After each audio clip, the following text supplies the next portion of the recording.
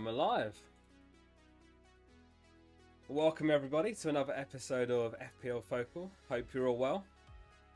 We are less than 24 hours away to the deadline already. It's a Friday deadline this week. Newcastle versus Villa tomorrow night. That's at 8 PM. I hope everyone's doing well. Evening Hendo, how we doing? Ollie, how we doing, mate? How was your Gameweek 27?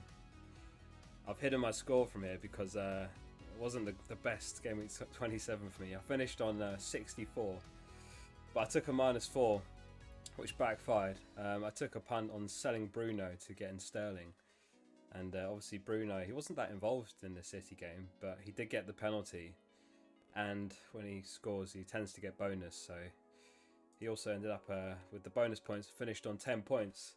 Meanwhile Sterling, it was a 2-pointer from him, and then he didn't play in the second fixture against Southampton. Really frustrating on that, because you feel like if Sterling starts that game he does well, but it wasn't to be. But I think I'm fairly happy to keep him in my side. You'd imagine he does play this game week against Fulham since he's had his rest.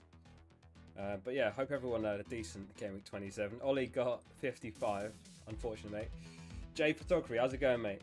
Dylan, how we doing? I was thinking about just before going live, this week it's quite a tough one with the captaincy. There's not really a standout pick. Kane's got a pretty decent record against Arsenal, which is something we'll get to later on the stream. Salah's record against Wolves isn't too bad, but obviously Liverpool bang out of form. I think the last time Liverpool played Wolves, Salah actually got a goal and an assist.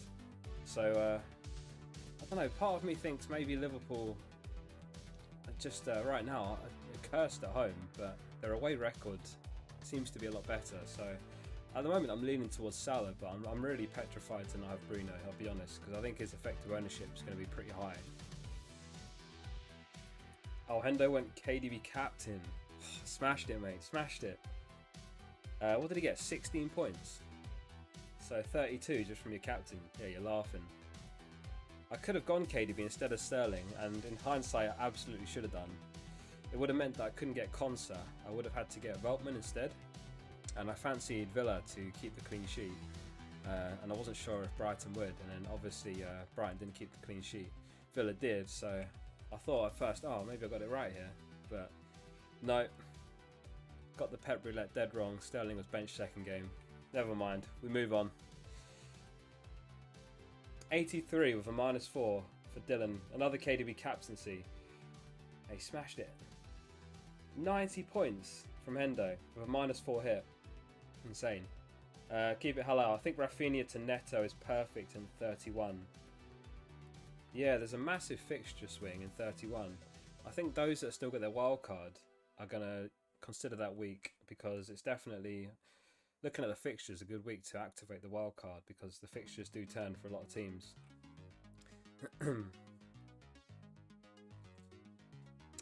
Jay says Captain Fernandez or Kane. That's a hard one for me. Yeah, really tough one.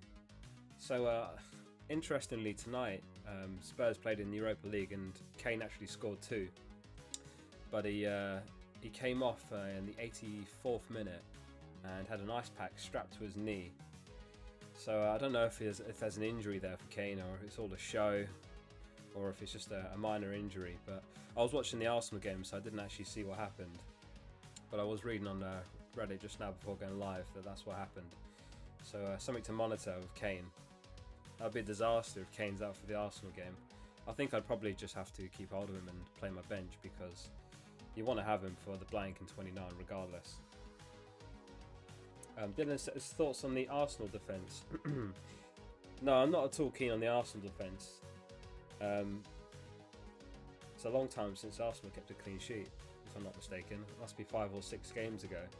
So yeah, I'm not convinced on Arsenal defence, especially because the fixture in 29 is of course against West Ham, who are having a really, really strong season. The best season they've had in a very long time.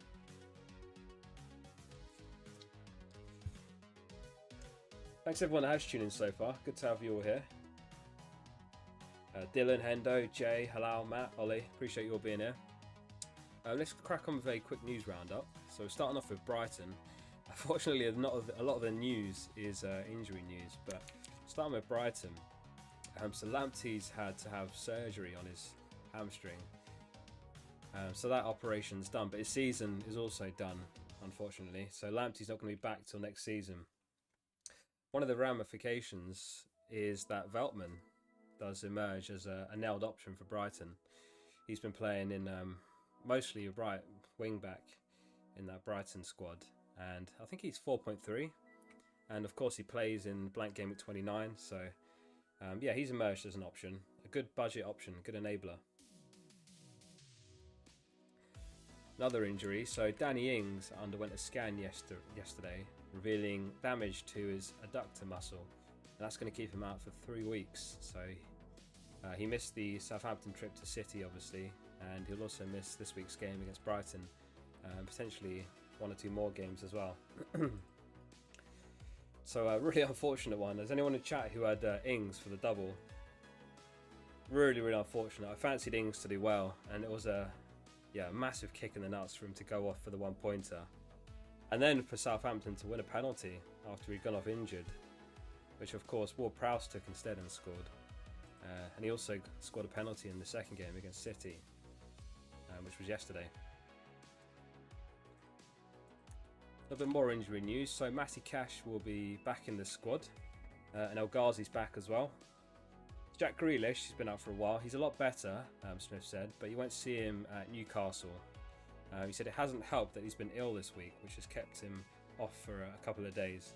I don't know about you guys, but I absolutely don't believe anything Smith says anymore. He seems to just be very silty ever since the leaks, and he's been very coy now with what he says to the press.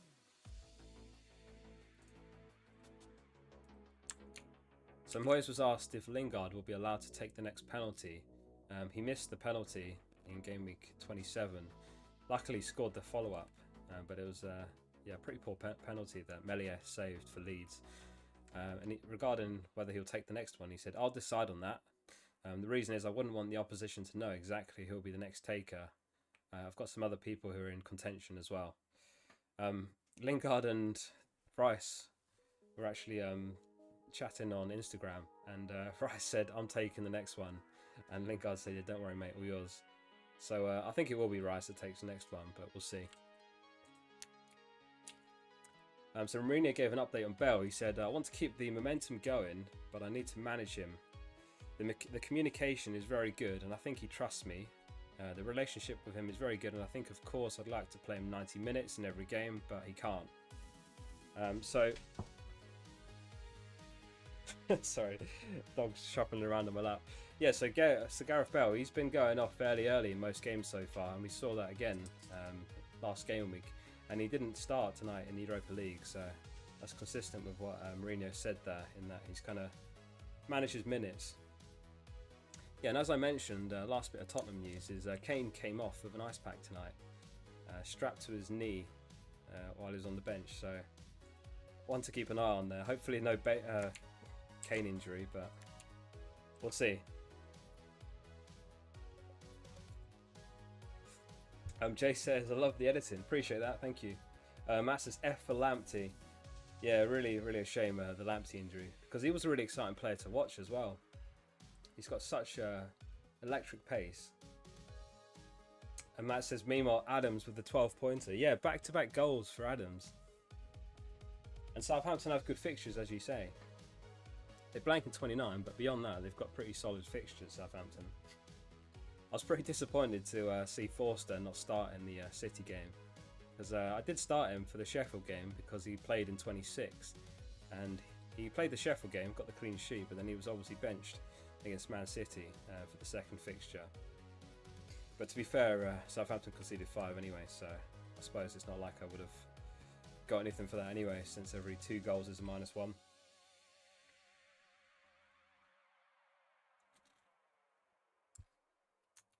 So an update on the Kings of the Game Week. Mahrez joined the Kings of the Game Week in 27 with his 20-pointer across the 2 fixtures. So we finally have a repeat in the Kings of the Game Week. It took 27 game weeks for it to happen, but Mahrez also made the Kings in Game Week 10, as you can see up here. So yeah, at last we've had the first repeat. and it was Mahrez of all players, which is surprising. My money probably would have been on Salah or Son or Bruno, one of those sorts of players. But yeah, there we go. That's the update on the Kings of the game week. Mahrez is the first repeat. An update on the scout pick as well. So this was the scout team for game week 27. Can anyone guess how many points the scout got in 27 with this team? So they're John Stone, Trent, Diaz, Vestergaard, De Bruyne captain, Aubameyang, Son, Gundo, Ings, Bamford and Antonio.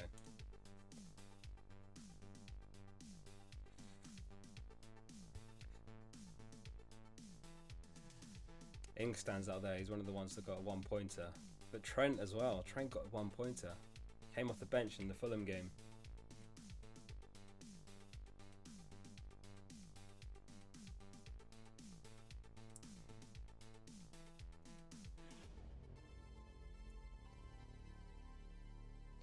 Blue Sky says start Burn or Shaw.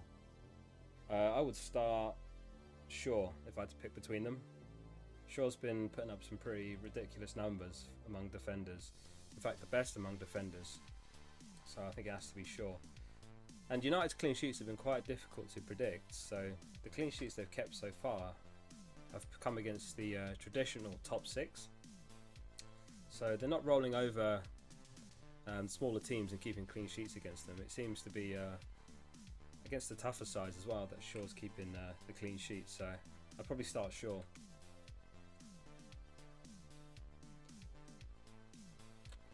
Dylan guesses 56.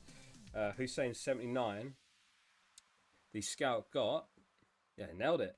79 points for the scout in game week 27. The De Bruyne captaincy absolutely saved the scout, to be fair.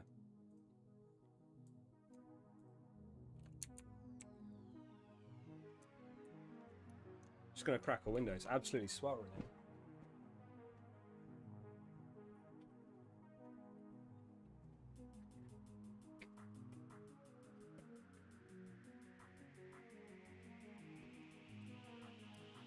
And I'm back. Who's everyone gone for captaincy in game week 28? Like I said, it's a really tough one. Kane's got a really strong record against Arsenal. Son's been doing fairly well, albeit a creative role. Salah's got a decent record against Wolves, but Liverpool obviously out of form. Sterling's had his rest. He could be an option. KDB's just come off the back of a haul in the double game week. Gundogan did well. I think it's going to be one of those game weeks where the captaincies are spread out, so it's an opportunity to fly up the ranks if you get it right.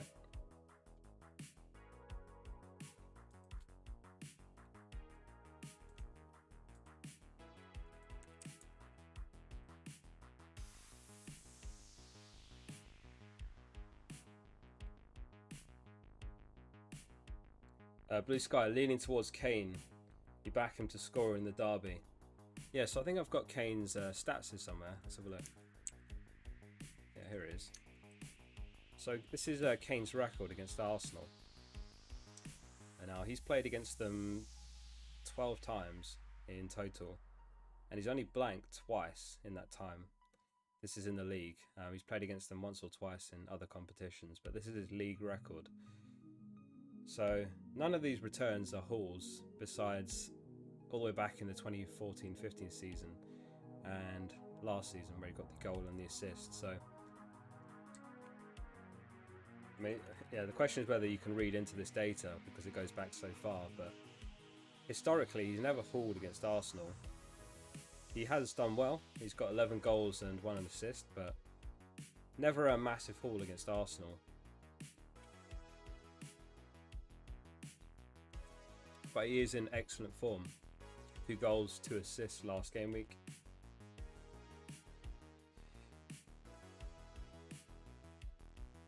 So yeah, an interesting one. Right, let's have a look at the goal scorer odds and see how the bookies fancy Kane to score or not score. So the Arsenal Spurs game, Kane's got a 43.6% chance of a goal. Aubameyang's actually got the same odds. interestingly.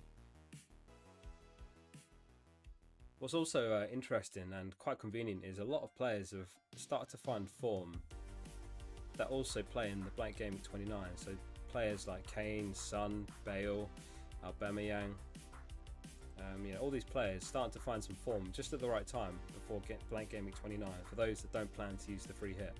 I know a lot of people used the free hit back in blank Gameweek 18, so yeah, it's quite convenient that these players are actually good options to bring in but also play in the blank. So Salah's actually got the best odds with a 53.5% chance of a goal versus Wolves. Jota, interesting, 40.4% chance against his old team, Wolves. Calvert-Lewin, 50.3% chance against Burnley. It's a home fixture this game week. Giroud and Werner have very good odds to score against Chelsea. The problem with Chelsea is you can't really say who's going to start. Werner's been getting some minutes, but they've got the likes of Giroud and Abraham that could play. Pulisic, we've even seen him play false 9. It's very difficult to predict any players in that team. Rudiger, for example, was benched in Gameweek 27 out of nowhere, and he's been a really popular differential. Because since Tuchel's come in, obviously Chelsea have been very, very strong defensively. So clean sheet odds. Man City with the highest, 51.5% chance of a clean sheet, followed by Leicester, 49.5% chance, Everton 39.5%, Liverpool also 39.5%, Palace 37.5%, and then United, Chelsea and Villa all on 36% chance of a clean sheet. Yeah, in terms of those defensive stats I was talking about, so this really paints the picture. So this is the team stats over the last 4. Let me zoom that out a bit. There we go. So this is the defensive stats for the last 4 game weeks, and these are the sort of metrics that you want to be looking at. So things like the goals conceded, the expected goals conceded, shots on targets conceded, and big chances conceded. And you can see in all but one of these metrics, Chelsea are the best out of every team in the league.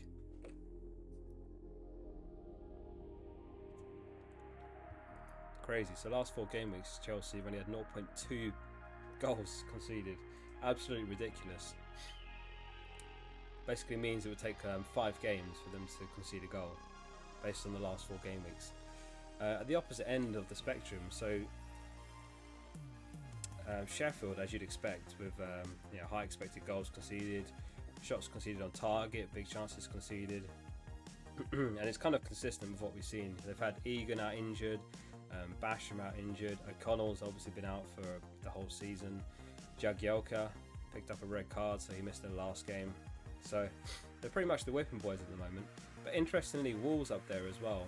Historically a pretty strong defensive side, Wolves, but defensively they've not been good recently in the last 4 game weeks.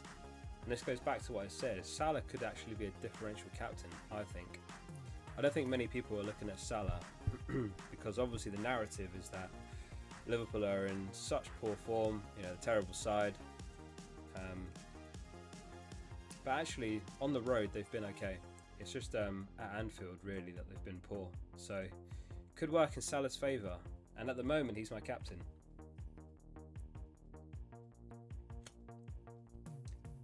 Viper says, great content. Appreciate that, Viper. Viper, new to the Discord, and I think the channel. Good to have you here. Matt Lee says, I'm going to have Bamford for the blank, no more. No more what? No more Leeds? No more Bamford? Yeah, I think you have to have one of Bamford or Rafinha, maybe both for the blank. Just so you got the coverage, because he's already got a very high ownership, Bamford. But it's going to be even higher by the time we get to blank Gameweek 29. Rafinha, a really good option as well. Love Rafinha. I think both of them are probably making their way into my team, and my plan is to save the free hit. Blue Sky's got Rafinha. The problem is I don't know who to sell Rafinha for in my team. Smith Rowe looks like the obvious pick, but he's actually got a fixture in 29. And he's back from injury. He came off the bench tonight in the Europa League against the Olympiacos, so yeah, I don't know if I'll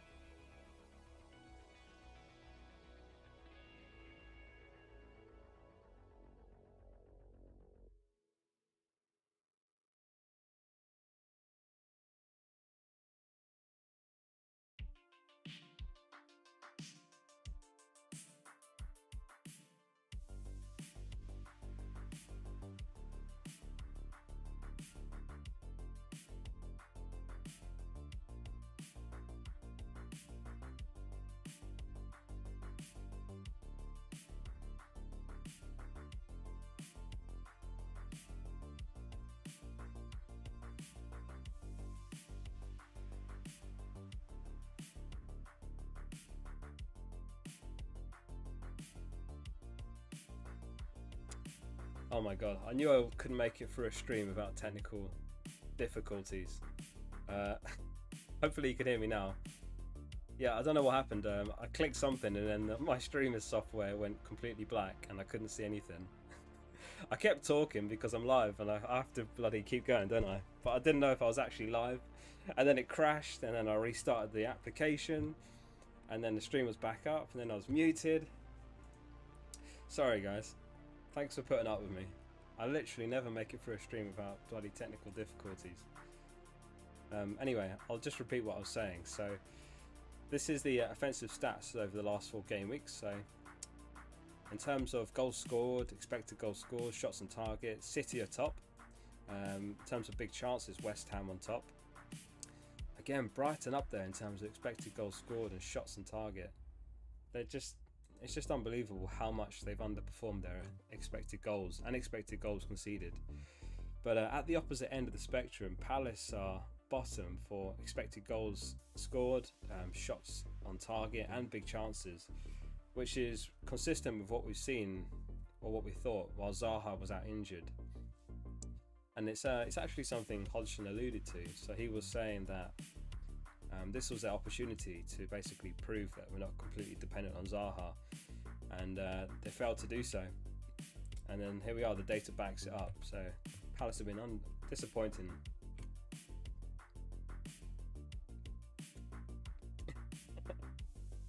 Just catching up on the messages. The chat always falls apart when I accidentally mute myself. Blue Sky learning to lip read.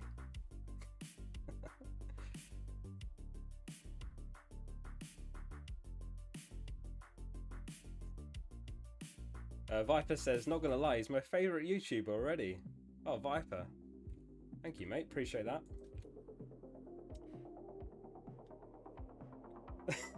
Oh yeah, Ollie. Not as good as the last stream when you pulled up the odds for...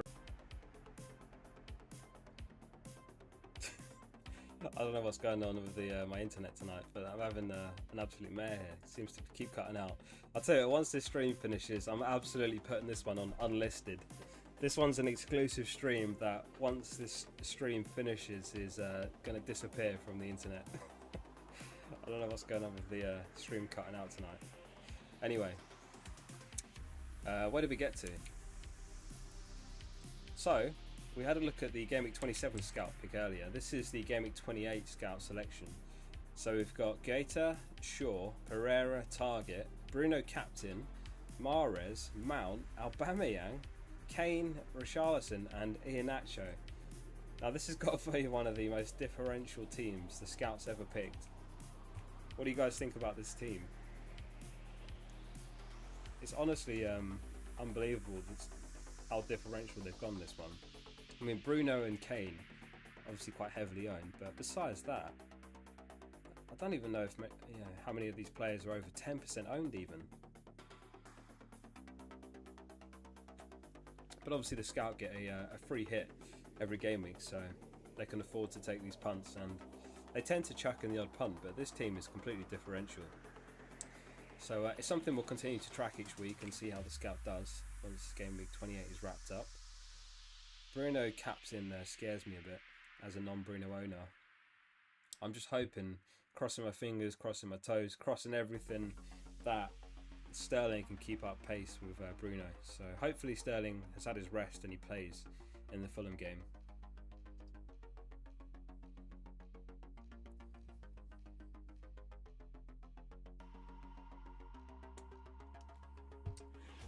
Joey says that Iheanacho is a shout.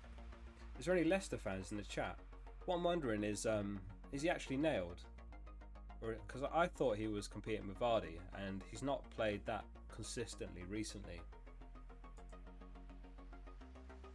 I don't know if Hodgson's tweaked the formation. Yeah, maybe he's gone to like a 3-5-2. I know the likes of Pereira and Castagna and those guys can play wing back, but I've not actually followed Iheanacho at all in recent game weeks, so I don't know if he's been playing more and gone under the radar. Adam says, should I buy Son or Bale? Now this is an interesting one. This is a really, really good question, this one. So, Son is obviously the standout and he's likely to get more minutes. But Bale, in more recent game weeks, has been the more attacking of the two and has a higher ceiling, I feel, while Son's been more of the creator. So I've actually prepared something to back this question up. So this is the last 4 game weeks, and this is Son versus Bale. So over the last 4 game weeks, Bale's got the higher expected goals, even the higher expected assists, but there's not much in it. More shots on target. Now chances created, you can see Son is higher, but again, Bale's had the more big chances and a lot more points. So it's really, I think it's a question of where you are with your overall rank. Son is a safer pick, I would say, but Bale's got the high ceiling. Massive differential. I mean, you look at the comparison between their ownership, 55% and 4.4%. So I think the answer to this question is it depends on what you're trying to do and where you're ranked. You know, if you're trying to protect your rank, then Son's the obvious pick because he's so highly owned. But if Son does well, you're not going to move up the ranks much. But if you pick up Bale and Bale, you know, gets another brace or something like that, you can absolutely fly up the ranks. Just a bit more on Son versus Bale. So this is the comparison between them since Bale started getting consistent or more consistent minutes, which started in Gameweek 24. So this is the last 4 game weeks. And again, you can see here, so Son's got more big chances created, way more. Yeah, Bale's barely created any. Expected assists, but Bale's got higher expected points, expected goals, big chances, shots in the box, shots on target, shots in general.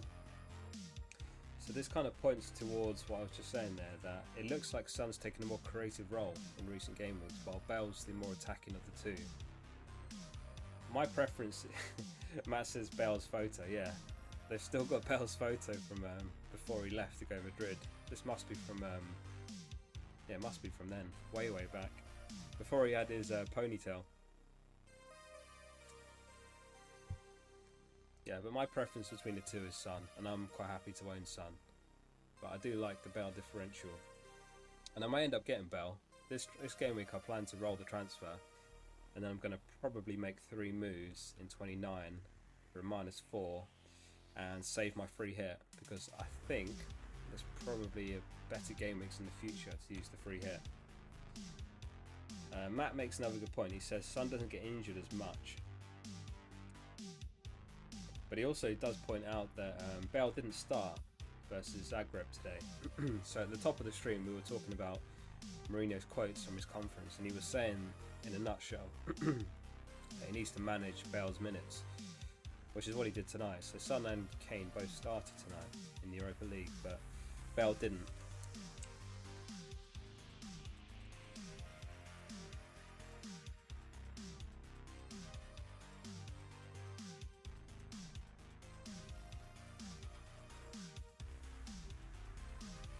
Battle Gazi, yeah, absolutely. We'll take a look at your team. Bear with me. Thank you for putting your ID in the chat. So this is, I love the team name. Game of Throw-ins. So, looking for a rate my team. Let's have a look, mate. So you've got Stones and Diaz. Really unfortunate defensive combo. It looks like the Stones train has sailed. He's been rotated a lot. It looks like Laporte's going to be rotated quite a lot of him. And excuse me, throat's getting me tonight. And Ake's also back from injuries, so he's an option as well. Bench Shaw, that's unfortunate. So you've got Martinez, Diaz, Consa, Stones, Son, Salah, Gundo, Saka, Bamford, Watkins, Kane, Shaw, me, and Barnes. So I think you have to play Diaz, Consa, Stones. Maybe start Shaw over Consa. The problem is Barnes, he's a problem. Gundo, Salah and Son look fine. Kane, Watkins and Bamford look perfect because they play in 29 as well. I think you can afford to roll the transfer here. And then probably what I would do is move Barnes on for Rafinha. Do you have your free hit still? Oh, it's Jonas. Didn't realise it was you, mate. Do you still have your free hit, Jonas? I think Barnes to Rafinha is the obvious move. because that will set you up for the blank unless you plan to free hit it.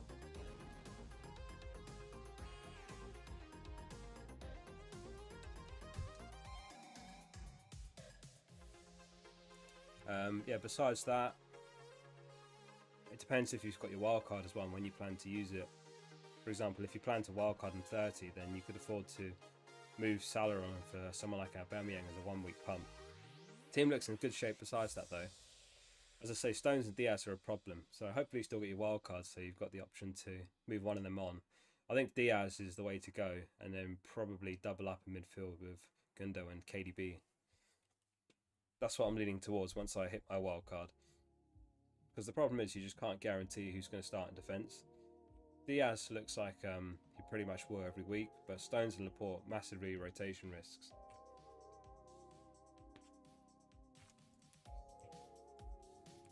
But yeah, to summarise, I think you can afford to roll your transfer there.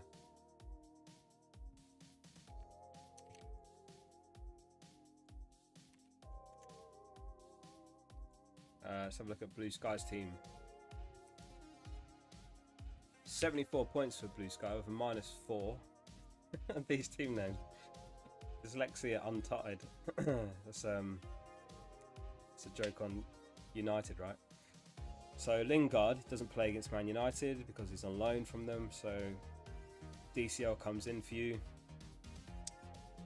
3-4-3. I think that you can also afford to roll the transfer here. I'd probably start Rudiger over Burn. Play a 3-4-3. Kane, Watkins, DCL up top. Yeah, I'd roll the transfer, and then in 29, again, it depends on your chips and what you've got left, but I'd probably make 2 or 3 moves in 29, unless you plan to free hit. But your team looks pretty set up for the blank already.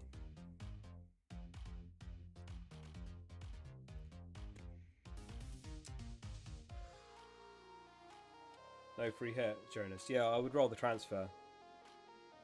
And then make 2 or 3 moves in 29. That's what I would do. I don't plan to free hit either in 29, either, to be fair. So that's what I'm thinking as well. I'll probably roll the transfer this week and then make 2 or 3 moves next week for 29. And then look to wildcard in probably 30 or 31.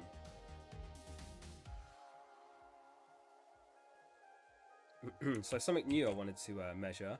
Tell me if you guys think this is a good metric or interesting at all. So this is the Gameweek underperformers. And I've also got the stats for the overperformers. But if we start with the underperformers, Dianya, top for underperformers. He had an expected goal of 1.05. Obviously failed to score at all.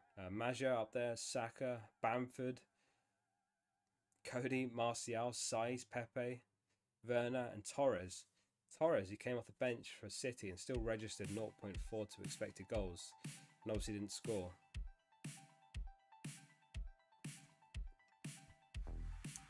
And at the opposite end of the scale, the overperformers.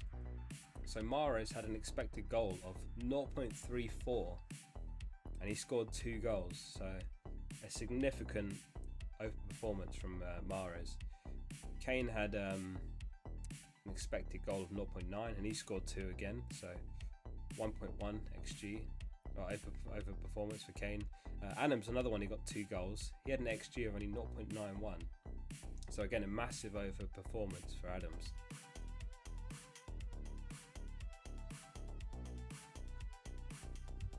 I'm trying to remember what Luke Shaw's goal was now. He had an XG of 0.14 and scored it, and Amati again had very similar odds.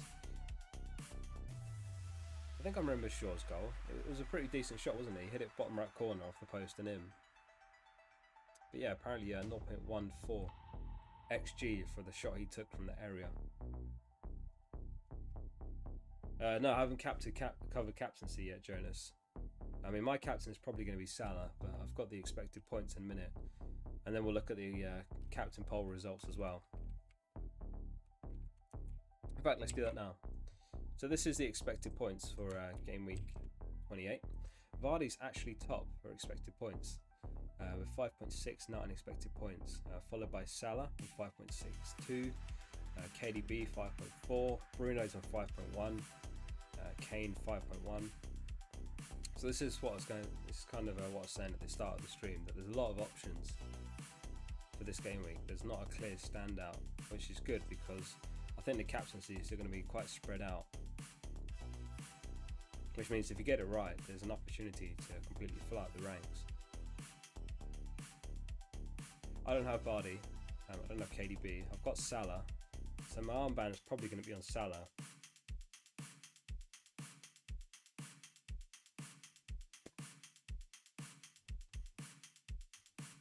I'm interested to know who you guys have gone for though. If you haven't got your vote yet on the captain pod, don't forget to get your vote in. We'll have a look at the results in a second.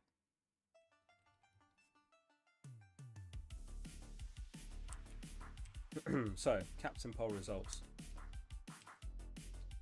as voted for by you guys.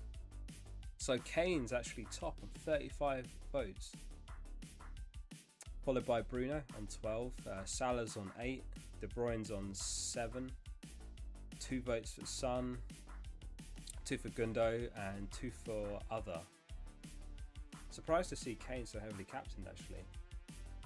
I mean, we looked at his stats against Arsenal earlier in the stream, and he's got a very good history against Arsenal. 11 goals, 1 assist in his last 12, but only in 2 of those games has he pulled, in essence. One of those he got a brace, one of those got a goal and an assist.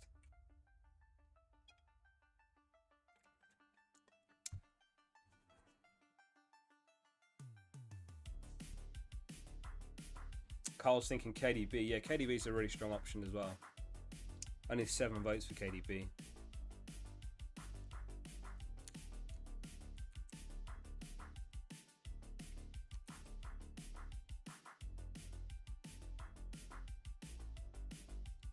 Yeah, so as it stands, I've got the armband on Salah, and then I'm still not decided what I'm actually going to do next game week. So I'm thinking Calvert-Lewin probably makes way for Bamford.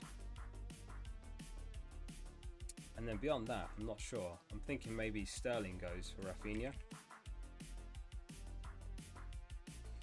But I'm not decided. It's a tough one. And that would set me up with 1, 2, 3, 4, 5, 6, 7, 8 for blank Gameweek 29. And then I probably would take a hit. So I could do something like Mitchell to Dallas, or maybe Cresswell. But I don't want to kind of shoot myself in the foot and go all in on the blank and then have a pretty dodgy team for Game Week 30, because I'm not sure if that's when I'll wildcard or yet. I may end up wildcarding in 31. Because the other thing we don't know yet is when Villa and Everton are going to have their double. So that could be in Game Week 28 even. Probably unlikely now, but it could be in Game Week 30. I think I've got it here. Yeah, so these are the postponed fixtures yet to be rearranged. So these are basically guaranteed double game weeks at some point later in the season. So Villa and Everton have a guaranteed double, and theirs could potentially fall into 30. If it doesn't fall into 28, then 30 is the next place it could slot in, but it could also slot in like 31, 32, 33. And Spurs and Southampton also have a guaranteed double game week at some point later this season. Theirs can't slot in as soon as 28 or 29 or 30 because of other cup obligations. Blue Sky asks, is 8 players enough for the blank game week? Yeah, I think so. As long as you're covering the key players that everyone's going to own. So I'd say the likes of Son, Kane, Bamford, probably Rafinha. I think those sorts of players, as long as you've got them covered, you'll be okay to scrape it through. I mean, in my case, I didn't use my free hit back in game week 18, and that game week I basically had all of the key players that you need. So I think I had like Bruno, Grealish, Son, KDB, and it was a small red arrow, but I made it through the game week okay. So as long as you've got the key players covered, then you're not that exposed.